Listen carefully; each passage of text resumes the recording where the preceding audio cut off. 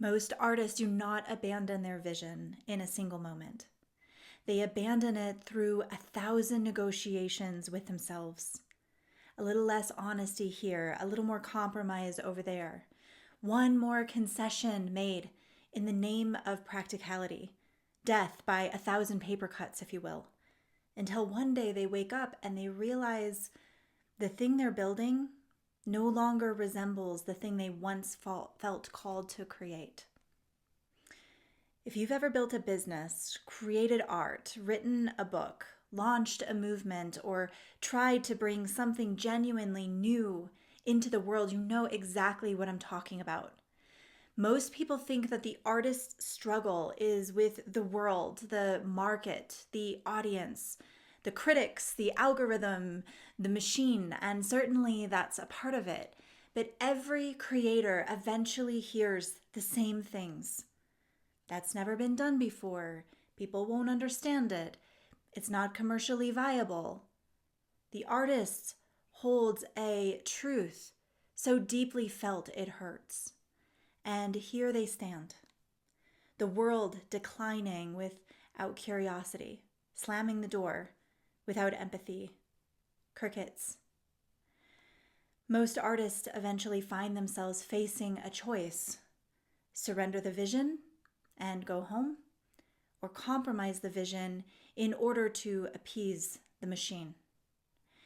Either way, something precious is placed on the altar.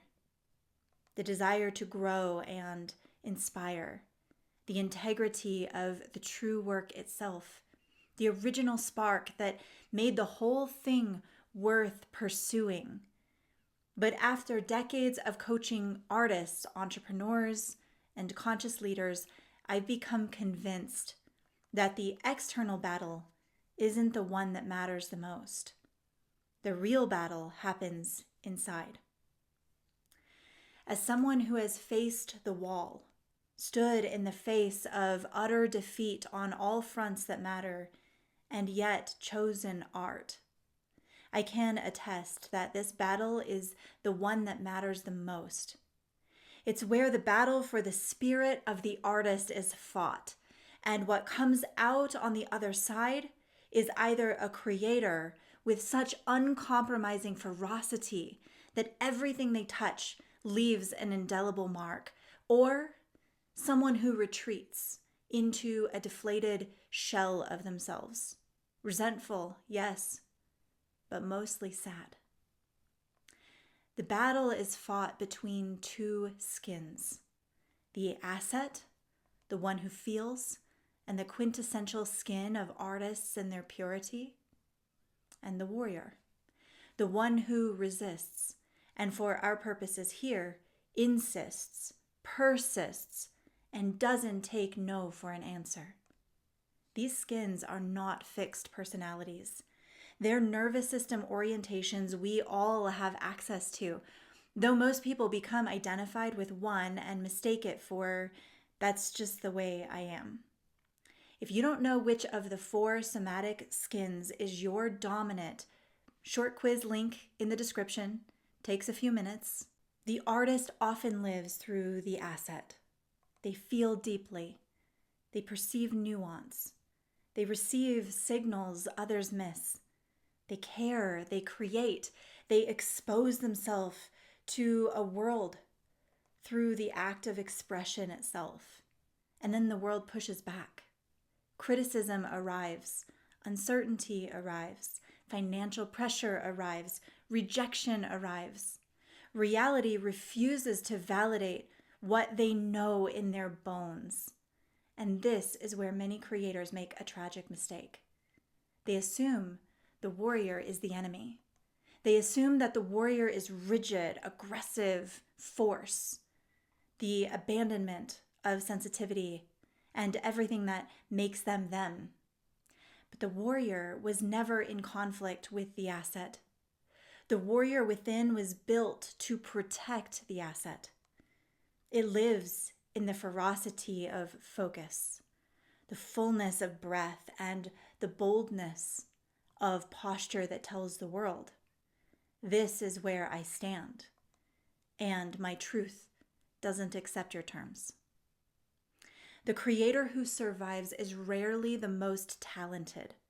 The creator who survives is the one who can remain loyal to their vision through uncertainty, through criticism, through the months where reality refuses to catch up with what they can see.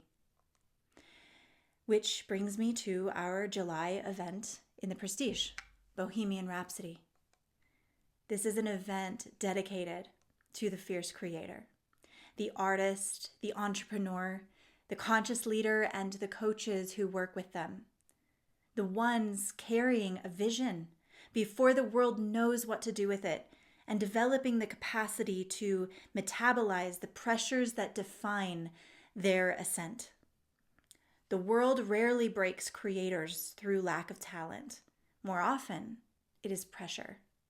The uncertainty of moving without a map, the criticism that arrives before understanding, and the months where reality refuses to validate what you know in your bones. The question is rarely whether the vision is worthy. The question is whether the creator can remain loyal to that vision long enough for reality to catch up. Bohemian Rhapsody is dedicated to that question. This event is steeped in nostalgia, creative rebellion, and the strange pressure that emerges whenever something meaningful tries to come into existence. It is for those standing at the edge of creation, holding something they cannot ignore, and learning how to stay in intimate relationship with it long enough to bring it fully into the world. If you're carrying something that refuses to leave